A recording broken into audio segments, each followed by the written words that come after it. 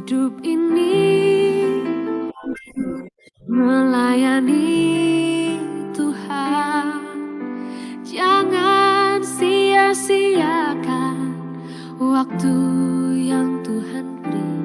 Hidup ini hanya sementara.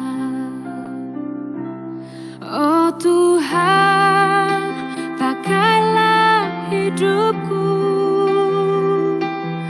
selagi aku masih kuat. Bila saatnya nanti ku tak berdaya lagi, hidup ini sudah jadi berkah.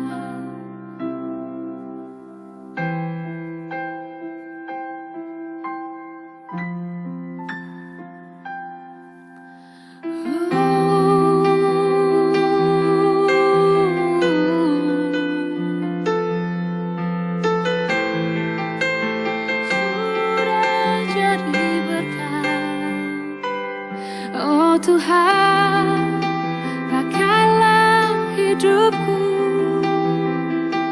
selagi aku masih kuat.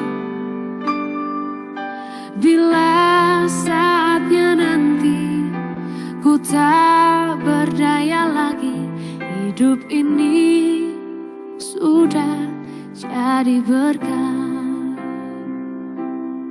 Hidup ini sudah jadi berkah.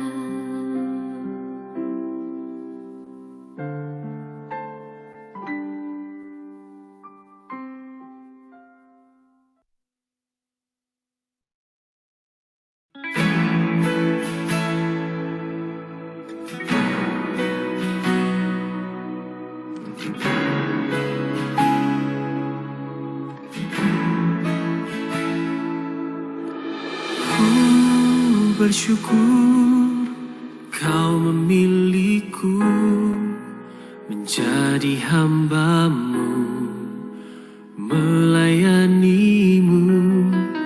Setiap hidupku ku serahkan untuk kemuliaan-Mu. Ku mau setia sampai melayani seumur hidupku sampai ku dapatkan mahkota kehidupan di dalam kerajaan-Mu.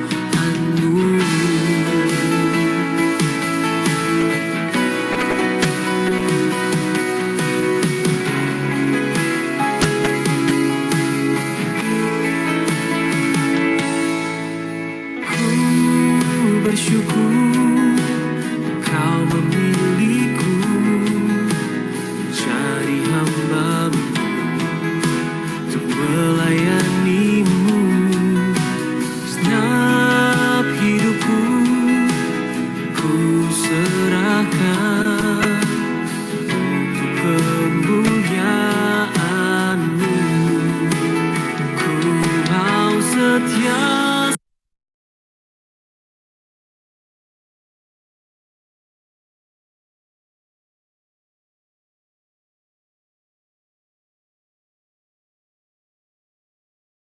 sampai akhir, melayani seumur hidupku sampai ku dapatkan mahkota kehidupan di dalam kerajaan-Mu.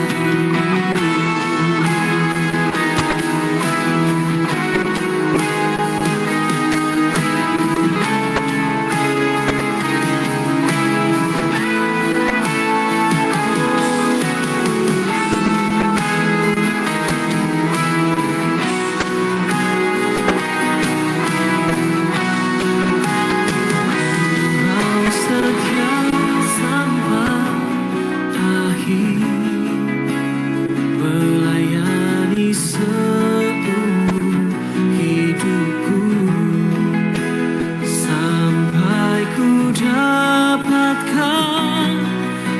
mahkota kehidupan di dalam kerajaanmu.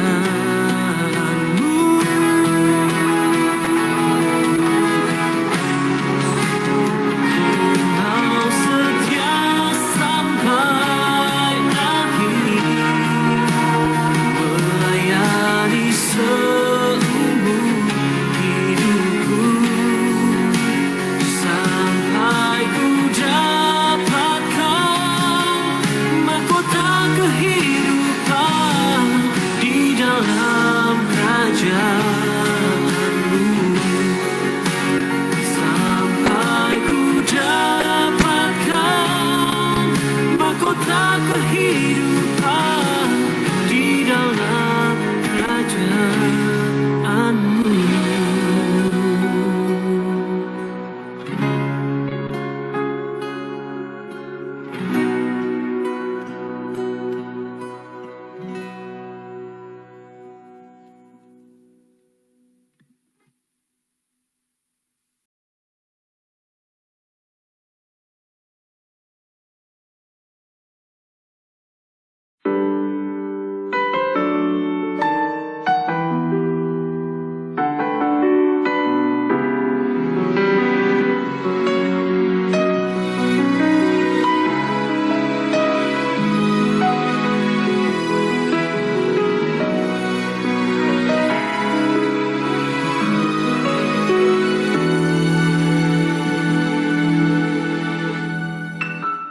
Ku bersyukur kau memilihku menjadi hamba-Mu, melayani-Mu.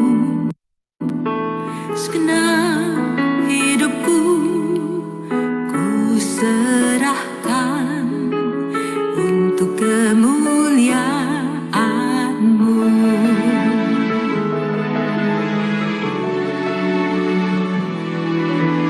Ku bersyukur kau memilihku menjadi hamba-Mu, melayani-Mu. Segenap hidupku ku serahkan untuk kemuliaan-Mu. Ku mau setia sampai akhir, melayani seumur hidupku, sampai ku dapatkan mahkota kehidupan di dalam kerajaan-Mu.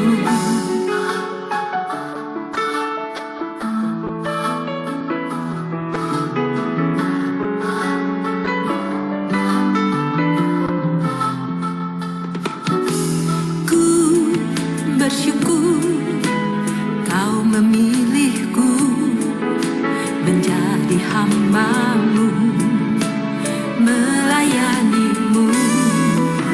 Segenap hidupku ku serahkan untuk kemuliaan-Mu.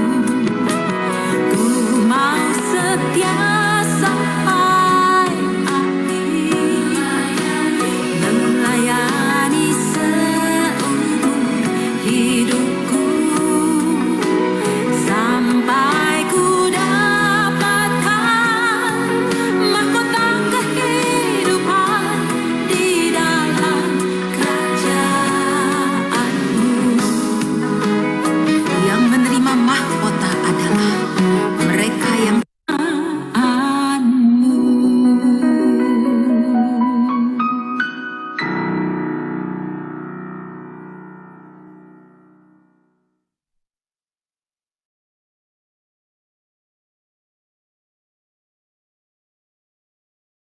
Shalom, selamat siang teman-teman semuanya. Selamat datang di ibadah persekutuan Jumat PO Untar. Oke, sebelumnya aku mau ucapin terima kasih dulu untuk teman-teman yang udah luangin waktu nih untuk join persekutuan siang hari ini. Aku berharap semoga teman-teman semuanya dalam kondisi sehat dan pastinya dalam pernyataan dan perlindungan Tuhan. Oke, kalau gitu sebelum kita memulai ibadah pada siang hari ini, supaya semakin semangat, aku mau lihat dulu dong nih reaction dari teman-teman semua. Teman-teman boleh kasih reaction love, jempol, atau apapun yang lain juga bebas, boleh.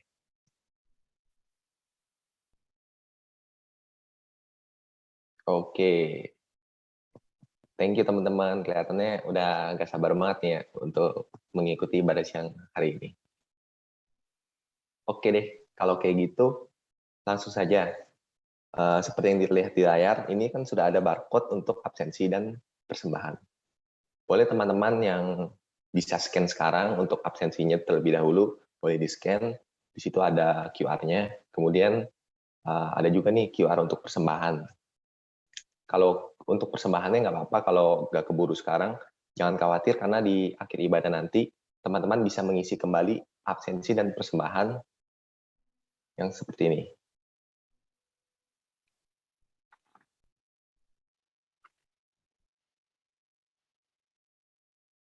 Oke, izinkan aku bacain peraturannya dulu ya teman-teman. Mohon untuk menonaktifkan fitur mic dan tidak menekan tombol share screen selama ibadah berlangsung. Dan dipersilakan untuk on cam bagi teman-teman yang bisa on cam. Oke, sesudah aku akan serahkan ke WL sekarang, Juwita. Terima kasih. Ya, terima kasih Koekio. Shalom teman-teman semua. Sebelum memulai persekutuan, aku mengajak teman-teman semua untuk bersaat teduh sejenak.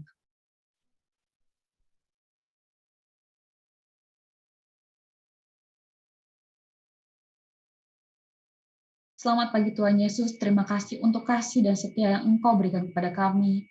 Kami semua sekarang boleh dalam keadaan yang sehat dan dapat berkumpul untuk ibadah persekutuan pada pagi hari ini. Kiranya Engkau memberkati acara dari awal sampai akhir, memberkati pembawa firman Tuhan yang akan menyampaikan firman Tuhan. Dan kami juga berdoa bagi teman-teman kami yang belum sempat join, kiranya Engkau memberkati dalam setiap kegiatan mereka. Dan berkati hati kami yang sudah hadir pada hari ini agar dapat fokus untuk mendengarkan setiap apa yang Tuhan sampaikan dalam persekutuan ini. Terima kasih ya Bapa, di dalam nama Tuhan Yesus kami berdoa dan mengucap syukur. Amin. Tema PJ kita hari ini adalah for him, not for me. Teman-teman pasti tahu bahwa semua anak Tuhan dipanggil untuk melayani. Dan pelayanan adalah sebuah anugerah. Kira-kira teman-teman tahu nggak sih kenapa pelayanan itu disebut anugerah? Mungkin teman-teman bisa jawab dalam hati. Kalau aku nyibulin ada 3 nih teman-teman. Yang pertama, karena tidak semua orang dipanggil. Teman-teman bisa lihat dalam Roma 28 ayat 29. Yang kedua, karena kita tidak tahu sampai kapan kita masih bisa hidup. Dalam Pengkhotbah 3 ayat 1 sampai 2. Lalu yang terakhir, karena kalau kita tidak mempergunakan karunia yang Tuhan berikan kepada kita, maka karunia itu akan diambil dan hilang karena kita tidak mempergunakannya dengan baik. Dalam Matius 25 ayat 29. Sebelum melanjutkan lebih dalam lagi, aku mengajak teman-teman untuk menyanyikan lagu Kau Rajaku.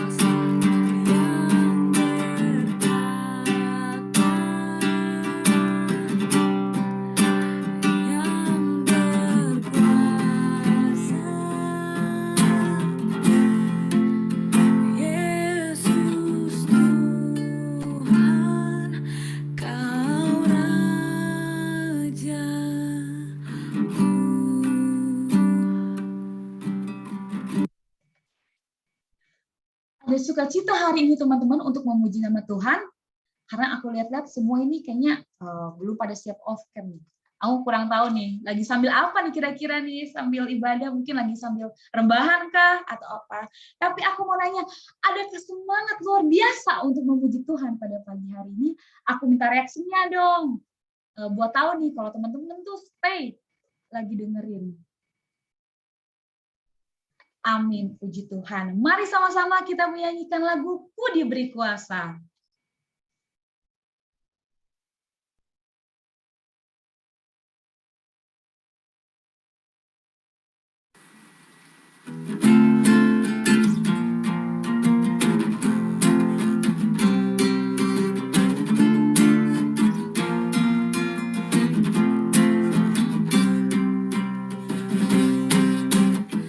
Diberi kuasa dari Raja Mulia, menaklukkan musuh di bawah kakiku. Pakai kuasa dari Raja Mulia, bila Allah ada bersamaku, siapa jadi lawanku?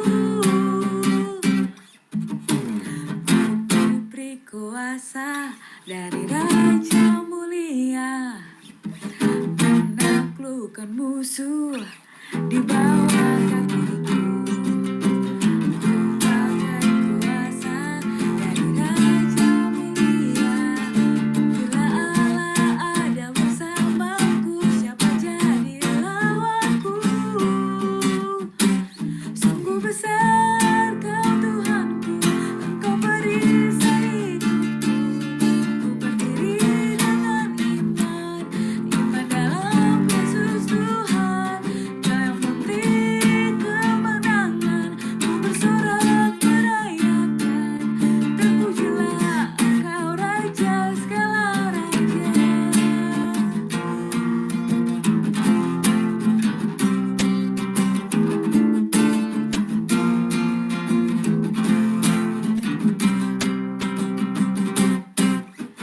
Ku diberi kuasa dari Raja Mulia, menaklukkan musuh di bawah kakiku.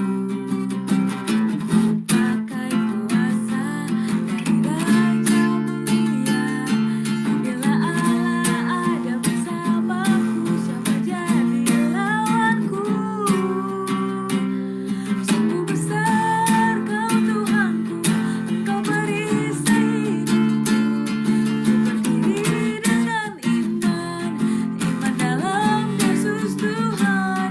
Kau yang memberi kemenangan, ku bersorak merayakan. Terpujilah Engkau Raja segala raja. Terpujilah Engkau Raja segala raja.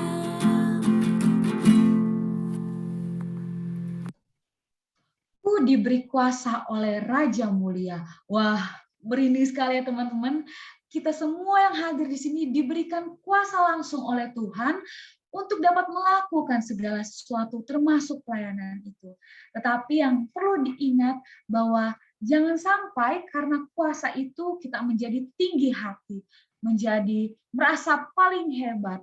Kenapa sih nggak boleh teman-teman? Nah, kita akan mendengarkan alasannya di firman Tuhan.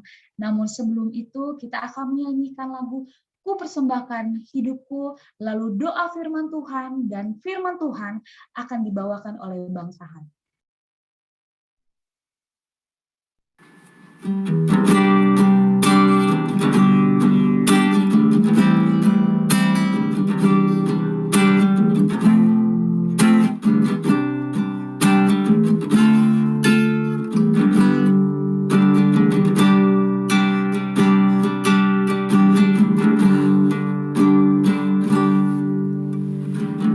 Ini aku, semua milikmu.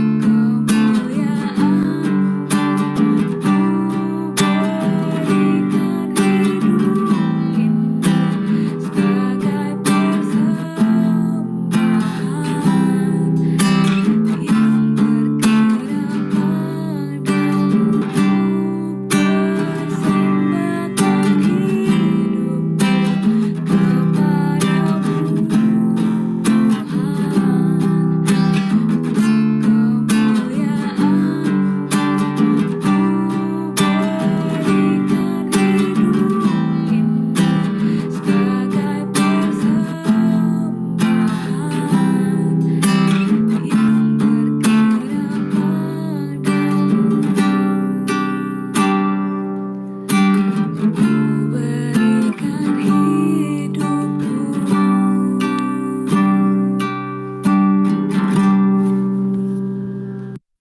Saya serahkan kepada Bang Sahat untuk memimpin doa firman Tuhan dan firman Tuhan. Ya, mari kita berdoa teman-teman, mohon pertolongan Tuhan. Tuhan, siang hari ini kami kembali datang menghadap hadirat-Mu yang penuh dengan anugerah, supaya kiranya Engkau boleh memberkati kami dengan kebenaran firman Tuhan. Kami sungguh belajar untuk meyakini bahwa hidup terlepas dari firman-Mu adalah hidup yang penuh dengan kesia-siaan, karena kami di dalam kecenderungan kami yang berdosa ini, kami selalu memilih jalan kami sendiri, yang pada akhirnya berujung pada kesia-siaan dan juga bahkan kebinasaan. Karena itu kami butuh firman-Mu supaya menuntun hidup kami, jalan hidup kami, supaya kami diarahkan kepada apa yang menjadi kehendak Tuhan. Kalau siang hari ini juga kami akan berbicara tentang pelayanan, kami bersyukur Engkau yang memberikan panggilan kepada kami untuk melayani adalah Engkau yang sudah terlebih dahulu memberikan teladan. Engkau sudah melayani kami dengan kerelaan-Mu menjadi manusia, bahkan mati tergantung di atas kayu salib. Karena itu tolonglah kami untuk bisa merenungkan kembali kebenaran firman Tuhan, supaya kami boleh sungguh-sungguh diingatkan, kami sungguh-sungguh digugah, kami disemangati untuk memberikan hidup kami untuk melayani Tuhan, apapun bentuk pelayanan yang Tuhan percayakan untuk kami kerjakan. Berkati kami semua, berkati jaringan kami, device kami, Tuhan pakailah itu untuk boleh menjadi cara di mana Tuhan berbicara kepada kami. Hamba-Mu juga yang penuh dengan kelemahan dan tidak layak ini, kiranya Tuhan yang boleh kuduskan, Tuhan boleh pakai, supaya juga bisa menyampaikan apa yang berkenan kepada Tuhan yang kami rindu itu membangun kami semua. Sungguh menyerahkan waktu ke depan ke dalam tangan-Mu, dalam nama Tuhan Yesus Tuhan kami berdoa. Amin. Oke, selamat siang teman-teman. Kalau teman-teman pengen on cam, silakan on cam ya. Bang Sahat buka slide-nya dulu. Kita siang hari ini akan belajar tentang satu tema, yaitu tentang pelayanan. Teman-teman, pengurus memberikan judulnya For Him Not For Me gitu ya. Him-nya itu adalah tentu saja Tuhan. Nah, teman-teman, ada satu bagian firman Tuhan yang kita akan baca sama-sama. Saya nanti akan membacakan bagi kita, tapi teman-teman bisa baca dalam hati, yang terambil dari kitab 2 Samuel pasal yang ke-23. Kita akan mulai membaca mulai dari ayat yang ke-13 sampai ayat 17 ya. Yang sudah ketemu di Alkitabnya masing-masing, kasih jempol atau open mic, sudah ketemu gitu. Wah, belum ketemu semua ya. Oke, ya nggak apa-apa, teman-teman bisa lihat slide ya. Saya akan bacakan bagi kita semua, demikian firman Tuhan. Sekali datanglah 3 orang dari ke-30 kepala mendapatkan Daud menjelang musim menuai dekat gua Adulam, sedang sepasukan orang Filistin berkemah di lembah Refaim. Pada waktu itu Daud ada di dalam kubu gunung dan pasukan pendudukan orang Filistin pada waktu itu ada di Betlehem. Lalu timbullah keinginan pada Daud dan ia berkata, sekiranya ada yang memberi aku minum air dari perigi Betlehem yang ada dekat pintu gerbang. Lalu ketiga pahlawan itu menerobos perkemahan orang Filistin. Mereka menimba air dari perigi Betlehem yang ada di dekat pintu gerbang, mengangkatnya dan membawanya kepada Daud. Tetapi Daud tidak mau meminumnya, melainkan mempersembahkannya sebagai korban curahan kepada Tuhan. Katanya, jauhlah daripadaku ya Tuhan untuk berbuat demikian. Bukankah ini darah orang-orang yang telah pergi dengan mempertaruhkan nyawanya dan tidak mau ia meminumnya? Itulah yang dilakukan ketiga pahlawan itu. Demikian firman Tuhan. Nah, teman-teman, Bang Sahat akan buka dengan beberapa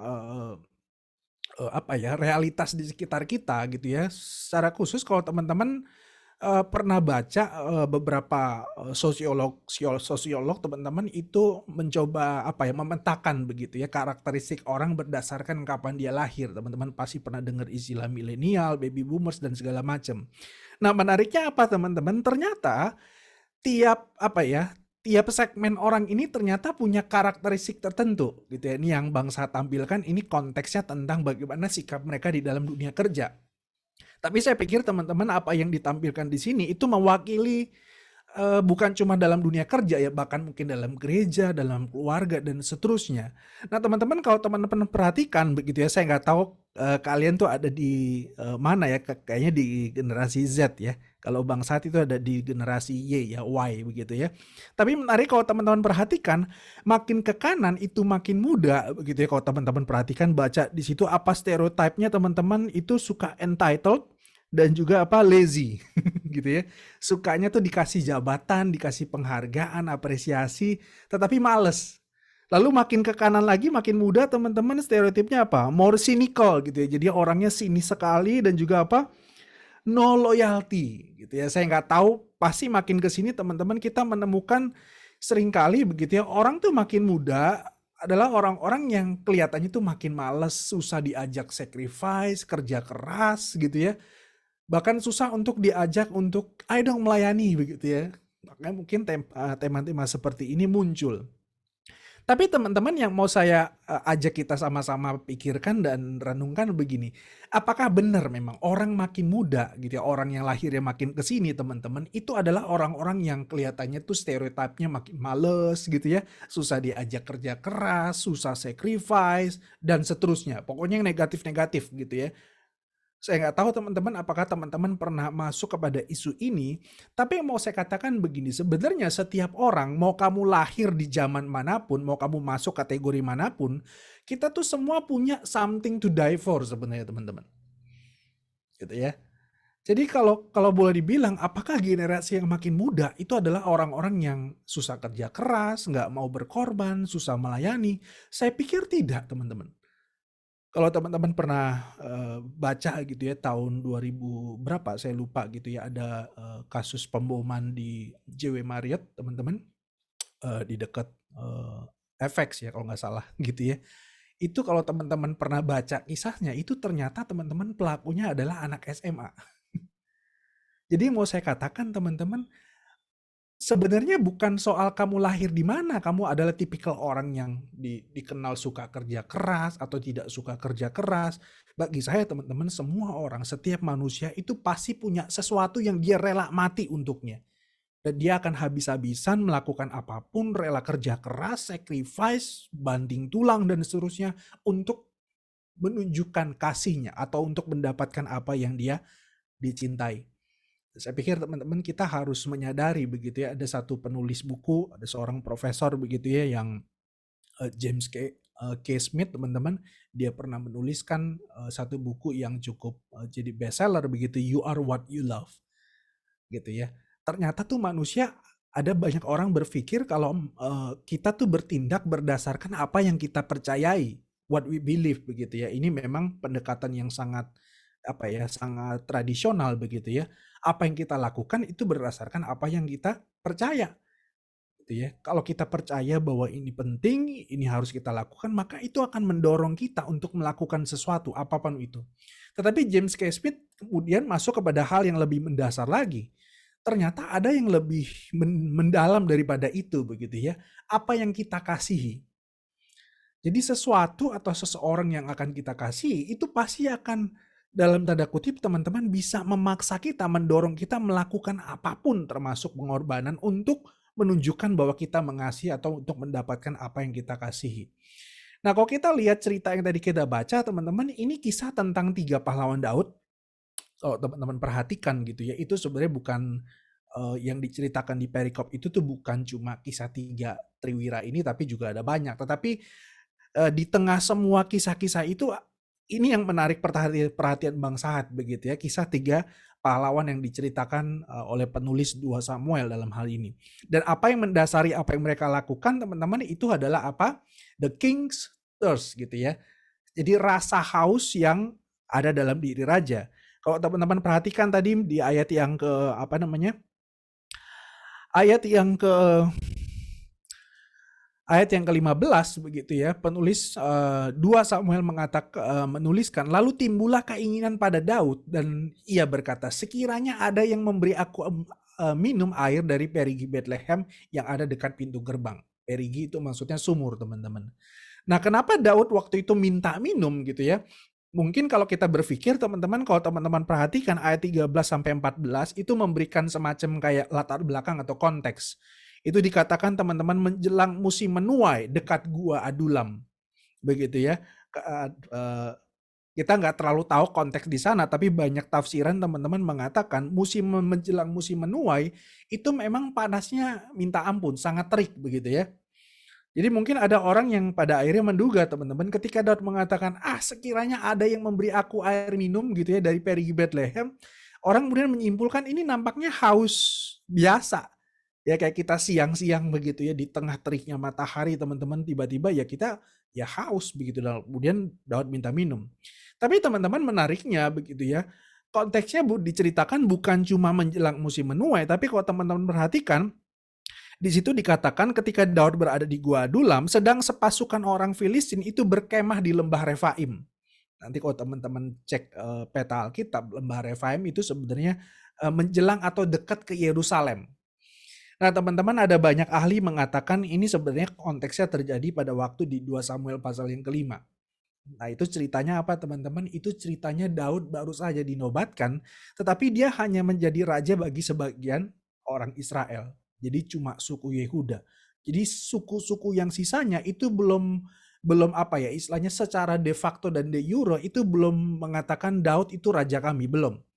Nah di dalam konteks itu teman-teman, ketika Daud baru dinobatkan hanya bagi sebagian kecil suku-suku di Israel, tiba-tiba orang Filistin itu musuh bebuyutan orang Israel teman-teman, itu menduduki lembah Refaim. Nah, Yerusalem waktu itu adalah tempat yang sangat strategis. Nanti kalau kita lihat perjalanan hidup Daud, teman-teman, Daud itu memilih Yerusalem untuk jadi ibu kota pemerintahan dan religius. Nanti kan di situ dibangun Bait Allah ya. Jadi orang Israel yang tersebar di mana-mana itu setiap tahun harus datang ke Yerusalem untuk melakukan ritual ibadah korban. Karena Bait Allah ada di situ. Jadi teman-teman, ini adalah tempat yang penting, dan sekarang tempat yang penting itu begitu ya sedang dikuasai sama musuh. Sehingga teman-teman, kita mesti mengerti waktu Daud mengatakan, sekiranya ada yang memberi aku air minum dari dekat Bethlehem, itu maksudnya apa teman-teman? Itu maksudnya Daud sedang bertanya-tanya, apakah Tuhan ada di pihak kita? Kalau Tuhan ada di pihak kita, kenapa ada musuh gitu ya yang masih berkuasa dan bahkan pengen menyerang kita? Nah, teman-teman, ini pertanyaan apa ya? Pertanyaan banyak orang sebenarnya dalam konteks kita sekarang, pandemi. Saya nggak tahu teman-teman terdampak sampai sejauh mana, tapi ada banyak orang yang kena pandemi, bukan cuma masalah kesehatan, mungkin dia kehilangan orang-orang yang dia kasih, tapi mungkin usahanya terganggu, perekonomiannya terganggu. Ya mungkin orang tua kita harus dipecat, penghasilannya berkurang dan segala macam, atau pergumulan-pergumulan lain. Kadang-kadang teman-teman, waktu kita menghadapi itu, bukankah kita juga sering bertanya seperti Daud ya? Tuhan ada di pihak kita gak sih? Kalau ada, kenapa kok hidup kita masih terancam terus, dan bahkan tempat penting Bethlehem gitu ya, dekat Yerusalem, itu sedang dikuasai oleh musuh. Nah teman-teman, dalam konteks inilah kita mesti mengerti apa yang kemudian disampaikan penulis 2 Samuel gitu ya, ketika Daud mengatakan sekiranya ada yang bisa kasih gua air minum gitu dari Bethlehem gitu, itu artinya kemudian kalau kita lihat teman-teman, 3 prajurit itu dengar gitu ya, dan prajurit ini saya pikir bertindak dengan iman begitu ya. Dan apa yang dilakukan teman-teman, kalau teman-teman perhatikan ayat yang ke 16 ya. Lalu ketiga pahlawan itu menerobos perkemahan orang Filistin, mereka menimba air dari perigi Bethlehem yang ada dekat pintu gerbang dan mengangkatnya dan membawanya kepada Daud. Nah teman-teman, ini kan apa ya, ini kan ceritanya dikondens ya, dipersingkat ya. Saya percaya teman-teman, aktualnya teman-teman itu pasti nggak sesederhana satu ayat ini. Nangkep maksud saya ya? Kalau teman-teman perhatikan ketiga pahlawan, jadi perhatikan cuma 3 loh ini. 3 pahlawan itu apa? Menerobos. Nah teman-teman, ada beberapa penafsir mengatakan biasanya waktu itu Filistin kan itu kan negara yang sangat kuat ya. Kalau kita kenal di awal-awal Daud muncul di 1 Samuel teman-teman, itu ada Goliat. Dan memang katanya pasukan Filistin itu banyak tentara bayaran tuh yang tinggi banget, yang raksasa lah. yang pasukan perang tuh, pokoknya orang tuh kalau ngelihat tampangnya itu udah pada ketakutan begitu ya. Dan teman-teman, bukan cuma prajuritnya keren, tapi ada beberapa penafsir mengatakan biasanya Filistin tuh akan punya benteng pertahanan tuh sampai berlapis-lapis, minimal 3 lapis teman-teman. Jadi kalau teman-teman bayangkan menerobos perkemahan 3 orang, mereka harus menghadapi prajurit atau tentara-tentara yang raksasa, lalu berlapis-lapis, sehingga teman-teman ketiga pahlawan ini menerobos perkemahan Filistin, kita harus mengerti aktualnya itu nggak sederhana. Seperti ayat ini cuma 1 ayat, gitu ya. Dan teman-teman perhatikan begitu ya, setelah mereka berhasil menerobos, mereka kemudian menimba air, lalu mengangkat dan membawanya kepada Daud. Ya mau saya katakan begini, teman-teman kadang-kadang dalam film-film kayak James Bond begitu ya, ketika mereka berhasil masuk ke tempat tertentu, itu kan biasanya didramatisir ya. Masuknya berhasil, ternyata pas di dalam setelah dapat apa yang mereka cari begitu ya, lalu tiba-tiba musuh tuh pada ngeh, oh ternyata ada penyusup. Akhirnya teman-teman, biasanya kan pertahanan makin diperkuat gitu ya. Jangan sampai nih orang yang masuk menyusup bisa keluar dengan selamat. Jadi kok saya bayangin teman-teman, menerobosnya aja udah susah minta ampun begitu ya. Saya pikir waktu dia dikatakan mereka kemudian mengambil air, mengangkatnya dan membawa kepada Daud, mereka pasti harus bertaruh nyawa lagi tuh. Mereka harus menghadapi tentara-tentara Filistin berlapis-lapis yang pasti lebih standby, lebih ready daripada yang pertama ketika ketiga orang ini menyusup. Jadi yang mau saya katakan teman-teman, apa yang mereka lakukan ini merupakan satu demonstrasi begitu ya, kerelaan untuk berkorban, kerelaan untuk melakukan sesuatu yang sangat berat, yang sangat beresiko. Nanti kalau kita baca di ayat yang ke-16, bukankah ini yang mempertaruhkan nyawanya, darahnya? Artinya teman-teman, yang mereka lakukan ini adalah sesuatu yang sangat tidak mudah sebenarnya. Nah, yang menariknya begini, setelah dikatakan itu dibawa kepada Daud, apa yang Daud lakukan teman-teman? Tetapi Daud tidak mau meminumnya. Dan bukan cuma itu teman-teman, yang dilakukan Daud apa? Dia tuang tuh ke bawah, ke tanah airnya. Daud mengatakan, gua gak mau minum, ini adalah korban curahan buat Tuhan. Teman-teman, saya bayangin kalau saya jadi salah satu dari ketiga orang itu, gue udah mempertaruhkan nyawa untuk ambil air, tiba-tiba waktu gue kasih kepada raja buang seenaknya aja. Teman-teman, kalau teman-teman jadi salah satu dari ketiga pahlawan ini, teman-teman, perasaan teman-teman gimana? Kesel banget pasti, bener gak? Kita pasti kesel banget, kita udah berkorban mati-matian, kita sudah mempertaruhkan nyawa kita. Kalau saya bayangin mereka tuh pasti rapat teman-teman. Weh, lu nanti lewat sini ya, nanti gua akan lewat sini dan seterusnya. Pokoknya mereka pasti akan atur strategi. Dan teman-teman, ternyata semua kerja keras mereka begitu ya, ketika kemudian dikasih kepada Daud buang gitu aja. Nah kalau saya bayangin saya jadi salah satu dari ketiga prajurit itu, saya langsung geplak kepalanya Daud begitu ya. Lu gila lu ya. Gue udah capek-capek, gue udah mempertaruhkan nyawa, lu main buang aja begitu. Tadi lu katanya aus gimana sih? Tapi menariknya teman-teman, kita tidak menemukan sedikit pun gitu ya, ada satu indikasi bahwa ketiga prajurit itu kemudian kesel sama Daud. Nggak ada teman-teman. Dari sini saya kemudian menyimpulkan, sehingga kalau kita melihat apa yang mereka lakukan begitu ya, ini mau menunjukkan apa teman-teman? Ini menunjukkan 3 hal ini. Ini bicara tentang kerelaan berkorban, ini bicara tentang loyalitas, ini juga bicara soal apa? Dedikasi. Dan saya pikir teman-teman ketiga hal ini adalah sesuatu yang langka di zaman sekarang. Atau kalaupun kita menemukan ada orang-orang yang rela sacrifice, orang yang loyal banget, orang yang punya dedikasi, kalau kita cek ujung-ujungnya pasti ada udang di balik batu. Tanggap maksudnya? Kita rela sacrifice, kita rela berdedikasi, tapi kemudian kalau orang tidak menghargai dedikasi dan loyalitas kita pasti akan marah dan benci sekali sama orang tersebut. Itu sebabnya saya setuju, Tim Keller pernah mengatakan teman-teman, di dunia ini nggak ada orang baik, orang jahat. Nggak ada, semua orang jahat sebenarnya. Kalau kemudian ada orang yang kelihatan baik, cek aja. Kalau kemudian ujungnya bukan demi kepentingan dia, begitu ya. Kalau kepentingan dia tidak diberikan, dia pasti akan secepatnya jadi orang jahat, gitu ya. Jadi orang baik yang kita kenal seringkali jadi baik karena memang ada kepentingannya.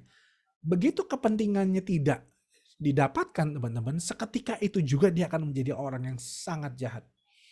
Itu sebabnya Tim Keller mengatakan dunia ini bukan ada orang baik orang jahat, tapi semua orang jahat. Tapi bedanya apa? Ada orang jahat yang sudah diampuni.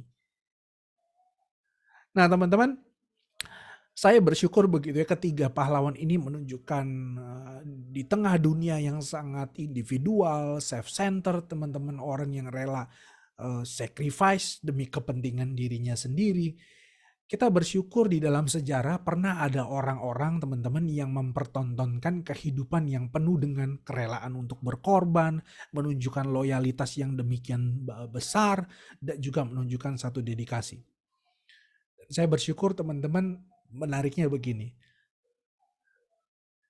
Ketika air minum itu sampai kepada Daud, gitu ya, Daud tadi dalam ayat yang tadi kita baca tidak mau minum dan kemudian dia menumpahkannya.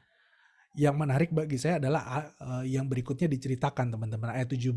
Kenapa Daud nggak minum? Di sini diceritain sama Daud. Katanya, kata Daud gitu ya, jauhlah daripadaku ya Tuhan untuk berbuat demikian, untuk minum air yang dihasilkan dari pengorbanan orang yang luar biasa, ketiga orang ini, teman-teman. Bukankah ini darah orang yang telah pergi dengan mempertaruhkan nyawanya dan tidak mau ia meminumnya? Nah, teman-teman, kita belajar yang kedua. Yang pertama tadi kita belajar ternyata dalam sejarah ada tuh orang-orang yang punya dedikasi, loyalitas, yang kerelaan berkorban yang luar biasa. Tapi yang kedua kita mau belajar dari Daud, teman-teman, ternyata Daud tuh punya satu semangat atau prinsip hidup yang penting ya. Saya menyimpulkan di sini ini seperti kayak tema kita, teman-teman.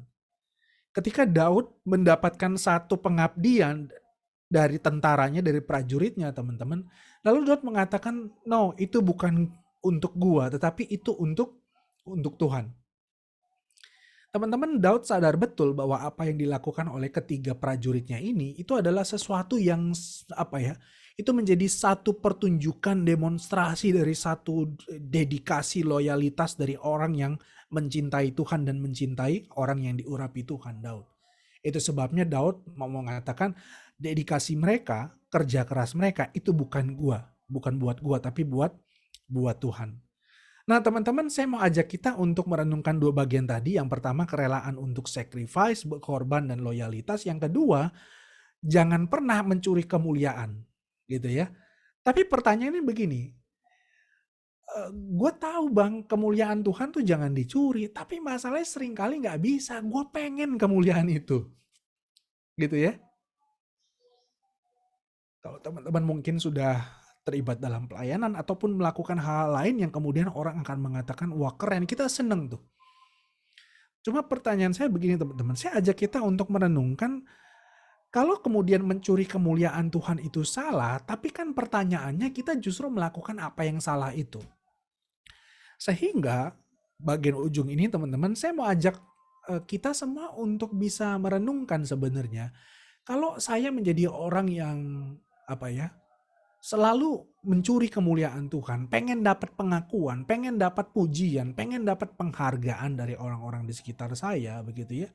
Kenapa sih gue bisa begitu ya? Nah, teman-teman, saya meyakini begitu ya, yang paling mendasar ketika seseorang melakukan tindakan-tindakan tertentu yang tidak berkenan kepada Tuhan, which is kita bisa mengatakan itu adalah dosa, teman-teman. Saya meyakini yang membuat kita melakukan dosa karena memang kita punya kebutuhan sebenarnya. Kalau kita mencari kemuliaan atau kita mencuri kemuliaan, artinya apa? Kita merasa kita nggak punya kemuliaan. Benar nggak?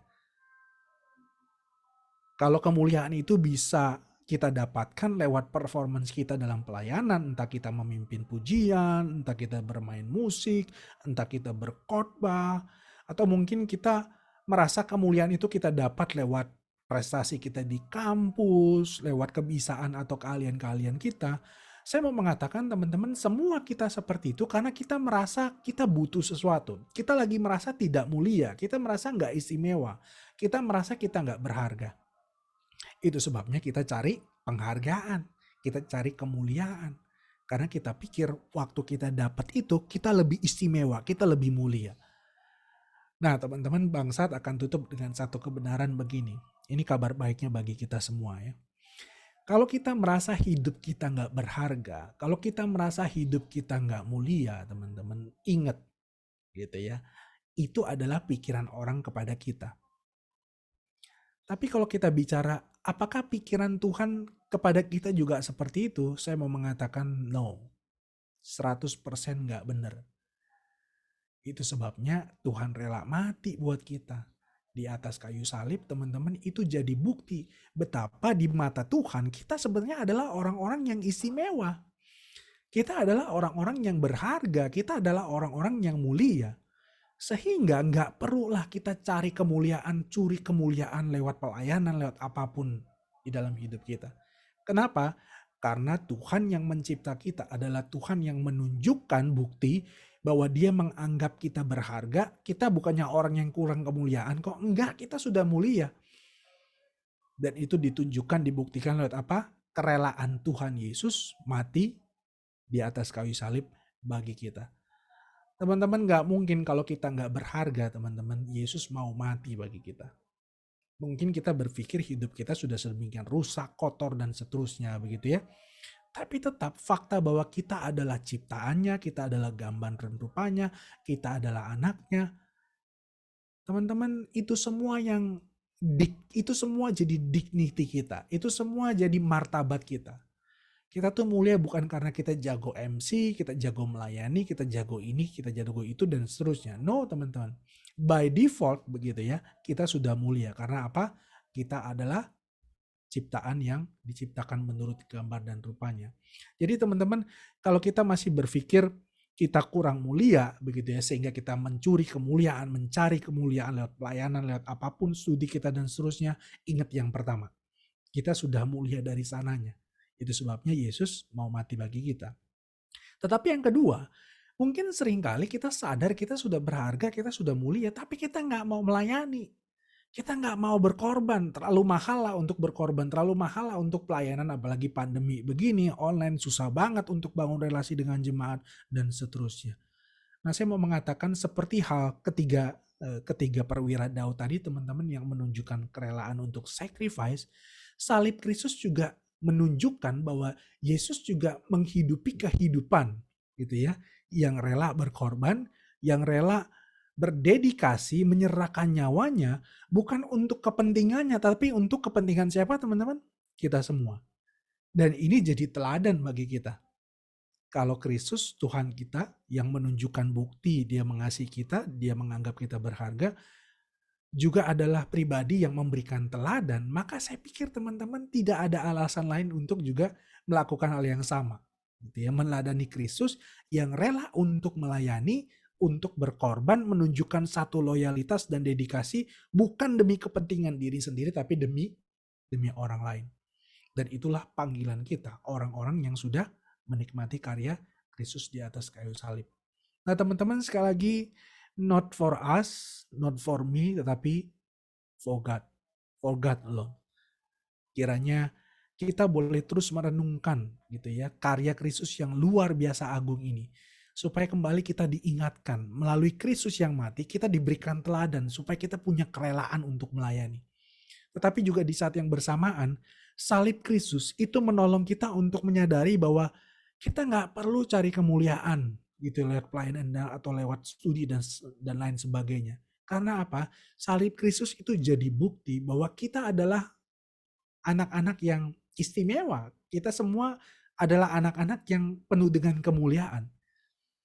Sehingga kita nggak perlu cari lagi kemuliaan atau kita nggak perlu lagi curi kemuliaan. Kita mau melayani karena kita mau meneladani dan kita mau mempersembahkan yang terbaik untuk memuliakan Tuhan yang sudah membuat kita demikian mulia. Mari kita berdoa. Tuhan, terima kasih siang hari ini kami diingatkan di tengah mungkin kondisi diri kami, kondisi di sekitar kami yang membuat kami sulit sekali untuk rela melayani. Karena pelayanan harus bayar harga yang sangat mahal, harus meninggalkan kenyamanan-kenyamanan yang kami nikmati saat-saat ini. Tuhan ampuni kami, Tapi kami bersyukur bahwa Engkau sendiri memberikan teladan bagi kami lewat kematian-Mu di atas kayu salib, dan itu mendorong kami juga untuk melakukan hal yang sama. Kalau Engkau sudah melayani kami, maka biarlah kami bisa meresponi apa yang sudah Engkau lakukan dengan juga melakukan hal yang sama. Kami menyerahkan hidup kami untuk melayani Tuhan, untuk melayani sesama kami. Dan diingatkan kami juga apa yang kami lakukan bukan untuk mencari kemuliaan bagi diri kami sendiri. Karena pada dasarnya kami sudah diciptakan dengan begitu mulia. Kami dipanggil untuk merefleksikan kemuliaan Engkau yang menciptakan kami dengan sangat mulia ini. Tuhan, tolong kami sekali lagi, kami boleh melihat hidup ini sebagai satu kesempatan untuk melayani.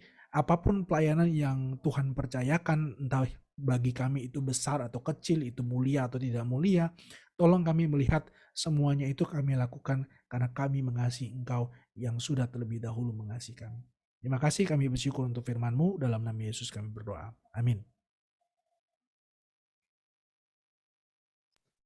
Terima kasih Bang Sahat atas firman Tuhan yang telah dibawakan, menyadarkan kita serta mengingatkan kepada kita semua sebagai pelayan Tuhan untuk kerelaan untuk sacrifice dan jangan mencuri kemuliaan Tuhan, karena mulia udah dari sana, kita udah mulia dari sananya yang diwujudkan ketika kematian Tuhan Yesus Kristus di kayu salib.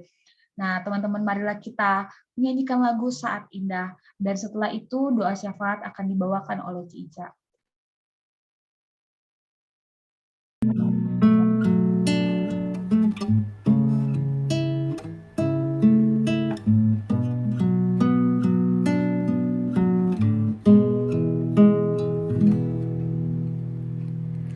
Saat indah ku berhadapan denganmu, memandang wajahmu, Yesus kekasih jiwaku.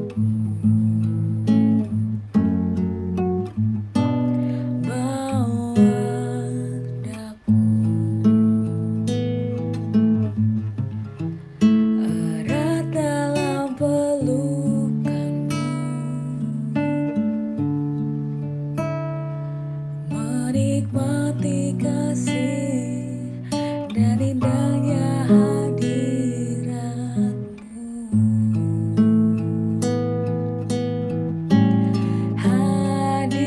Hadirat-Mu Tuhan, ku rasakan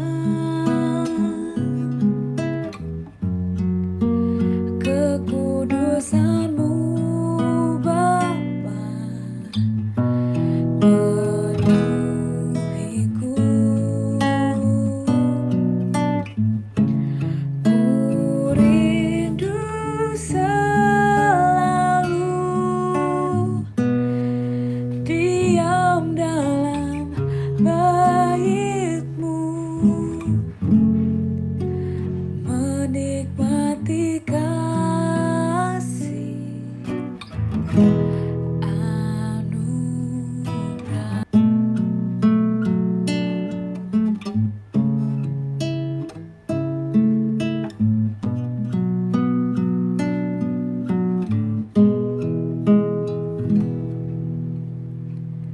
Saat indah ku berhadapan denganmu, memandang wajahmu, Yesus kekasih jiwaku.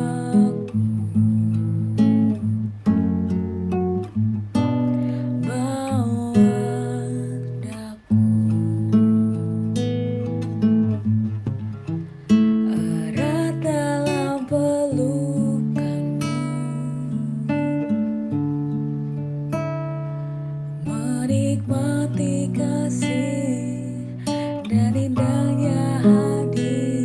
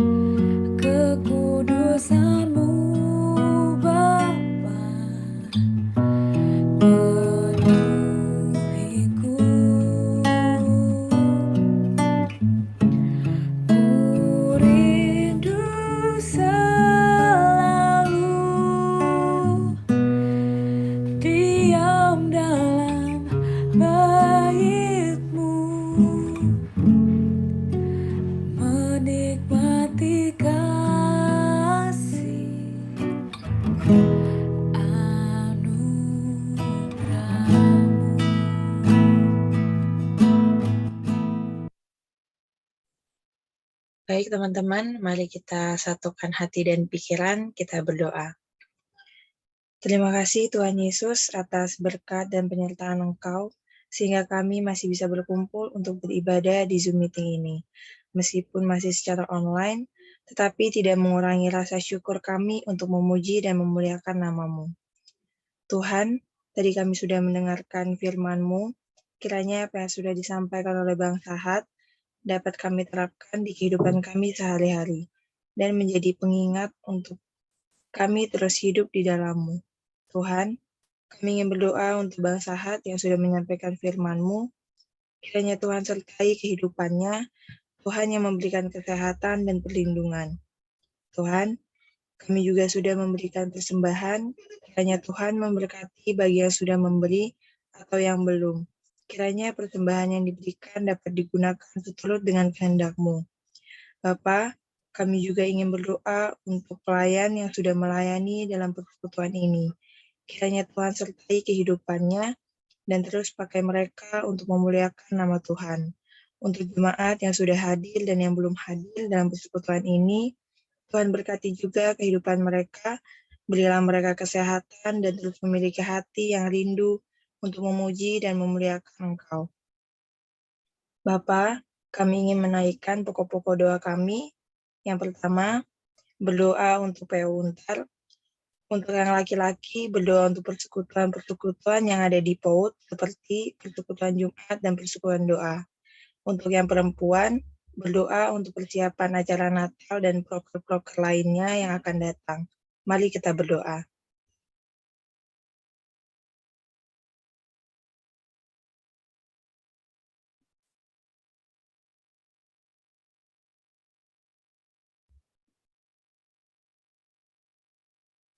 Untuk pokok doa yang kedua, berdoa untuk kampus Untar. Untuk yang perempuan, berdoa untuk mahasiswa dalam menjalani perkuliahan secara online. Dan untuk yang laki-laki, berdoa untuk para dosen, staf, dan karyawan Untar. Mari kita berdoa.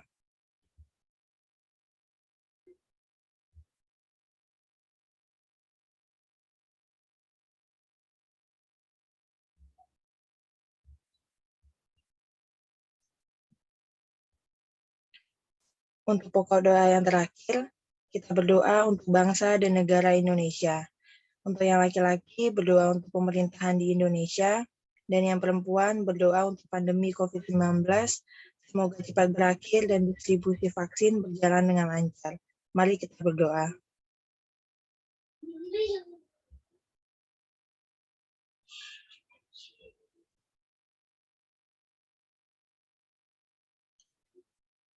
Inilah pokok-pokok doa kami Tuhan, kami yakin dan percaya Tuhan selalu mendengar seruan kami dan selalu menyertai kami. Tuhan juga pasti merencanakan sesuatu yang terbaik untuk kami. Jadilah kehendak-Mu ya Tuhan, hanya di dalam nama Tuhan Yesus kami berdoa. Amin. Oke, selanjutnya saya serahkan kepada Ko Yukio. Oke teman-teman, gimana nih? Masih pada semangat kan ya? Kalau masih pada semangat, kalau gitu sekarang ini kan kita sudah mau sampai di penghujung ibadah nih. Maka dari itu saatnya kau bacain fakta persekutuan Jumat pada siang hari ini. Oke, untuk pembicara ada Bang Sahat. Sebelumnya saya ucapkan terima kasih untuk Bang Sahat atas firman yang disampaikan. Kemudian untuk pelayan ada WL plus pemusik, yaitu Juwita Jaruma dari FEB 20. Kemudian dari pendoa ada Marisa Yohana Siregar dari FPSI 19. Ada Aser, yaitu saya sendiri, Yukio Darvin, FTI 18. Kemudian poster ada dari Juan Mateus, FH 20. PO Untar juga punya beberapa kegiatan mingguan, diantaranya ada persekutuan doa Rabu yang dilakukan secara online, yaitu setiap hari Rabu pukul 15. Kemudian persekutuan Jumat seperti pada saat sekarang ini yang dilakukan secara online setiap hari Jumat pukul 11 siang. Kemudian persekutuan mahasiswa Kristen Jakarta Barat atau PMKJB dilakukan secara online setiap hari Selasa pukul 17. Oke, dan terakhir nih, nggak ketinggalan PAUD juga punya beberapa macam sosmed. Untuk kalian yang tetap mau terhubung dengan PAUD, melalui media sosial ada Facebook, Spotify, dan YouTube, yaitu PO Untar. Kemudian Instagramnya di @PO_Untar. dan line @918BOSET.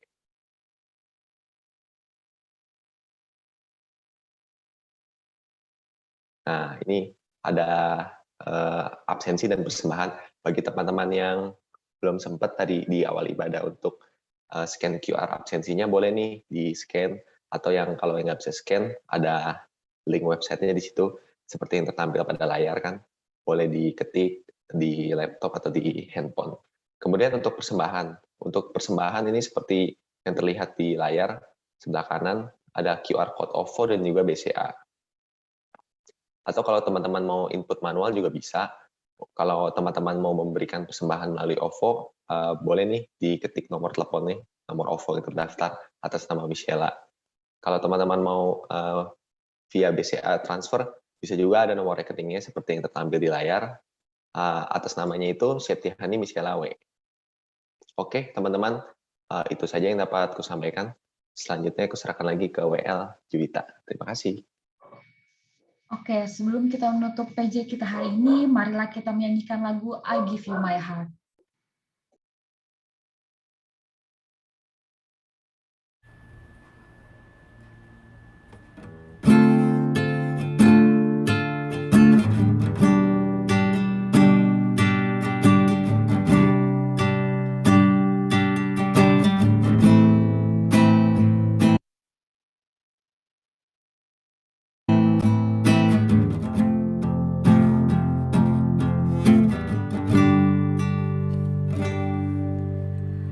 This is my desire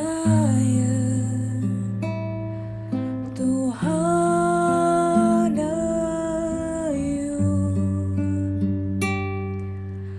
Lord, with all my heart I worship you.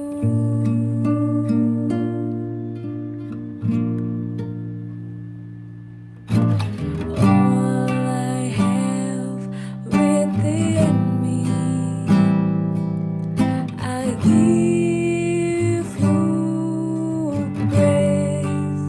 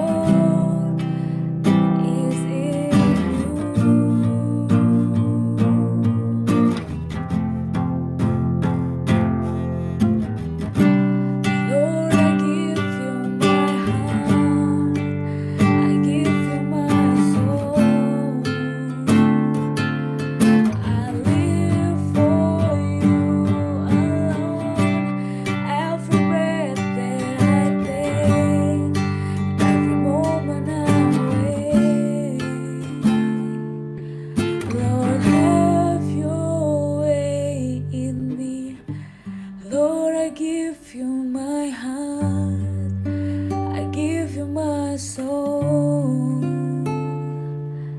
I live for you alone. Every breath that I take, every moment I'm awake. Lord, have your way in me.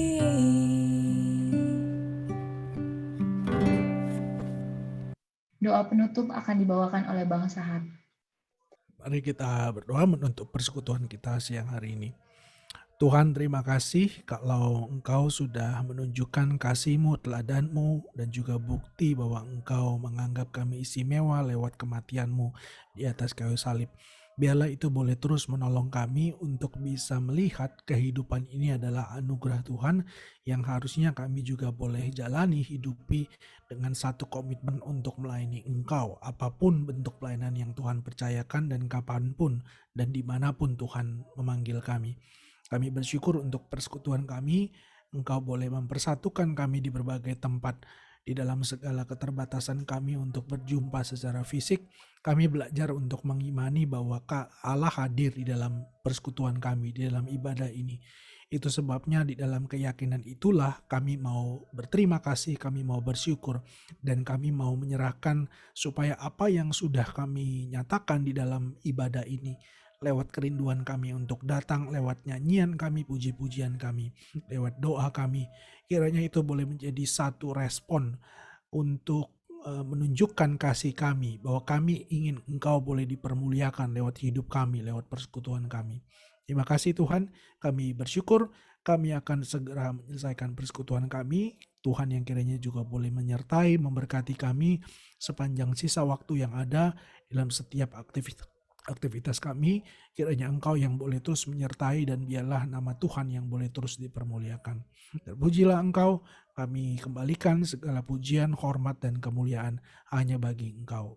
Dalam nama Yesus Tuhan kami berdoa. Amin.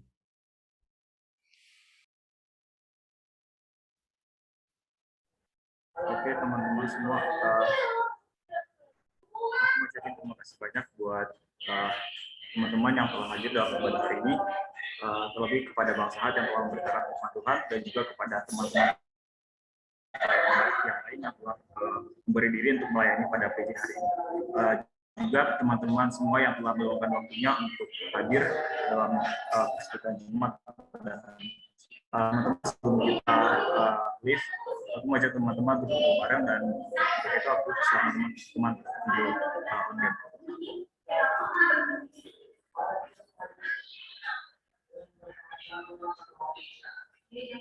Yuk guys, okay.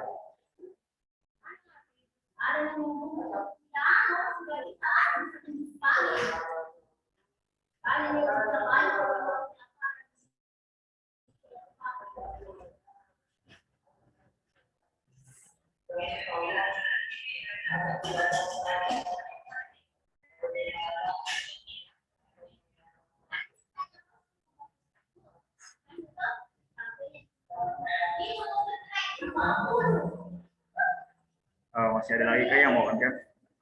Kak Jessica, Kak Elizabeth, Kak Colin, Kak Michelle, Kak Karen.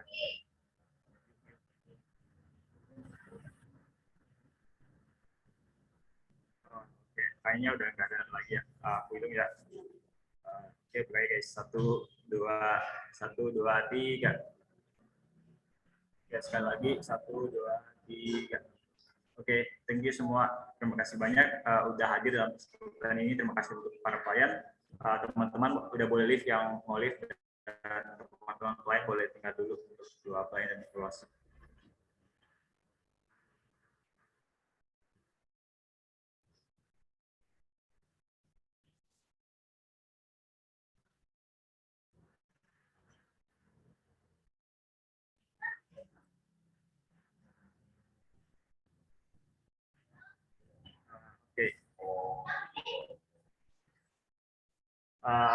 Baik teman-teman semua, sekali lagi aku mau ucapin terima kasih banyak kepada Bang Sahat yang telah bersedia untuk memberitakan firman Tuhan di PJ hari ini, dan juga kepada teman-teman yang lain, Juwita, Boyokio, dan Cica.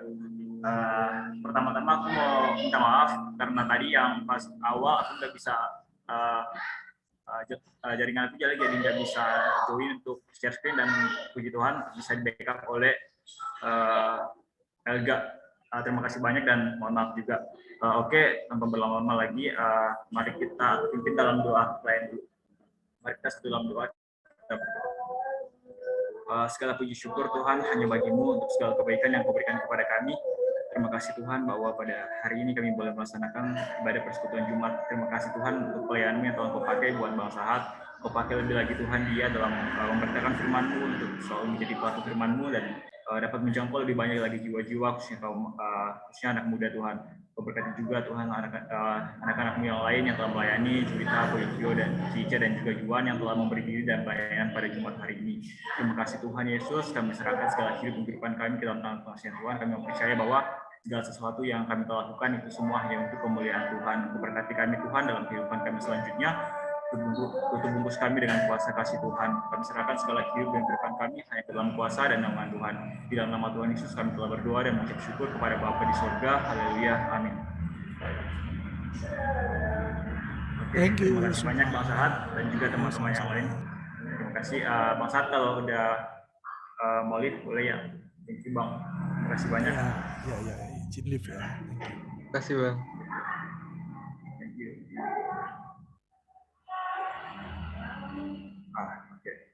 Oke, teman-teman, terima kasih lagi dan maaf, dan mungkin kita langsung lanjut ke mungkin belum dalam review evaluasi dari kita akan evaluasi. Kalau dari aku evaluasinya nggak banyak sih, paling jujur aku mau bilang maaf banget untuk hari ini buat Elga, Michelle tadi sempat bikin hektik, tentunya bisa teratasi. Lagi terima kasih banyak, dan untuk pelayan yang lain, Juwita bagus banget, suaranya keren banget, thank you. Koyokyo juga udah keren banget, Cica dan juga Juan khususnya mantap banget. Apalagi untuk selanjutnya semangat aja untuk pelayanannya. Kalau melayani lagi, terima kasih. Mungkin boleh lanjut ke Elga ya.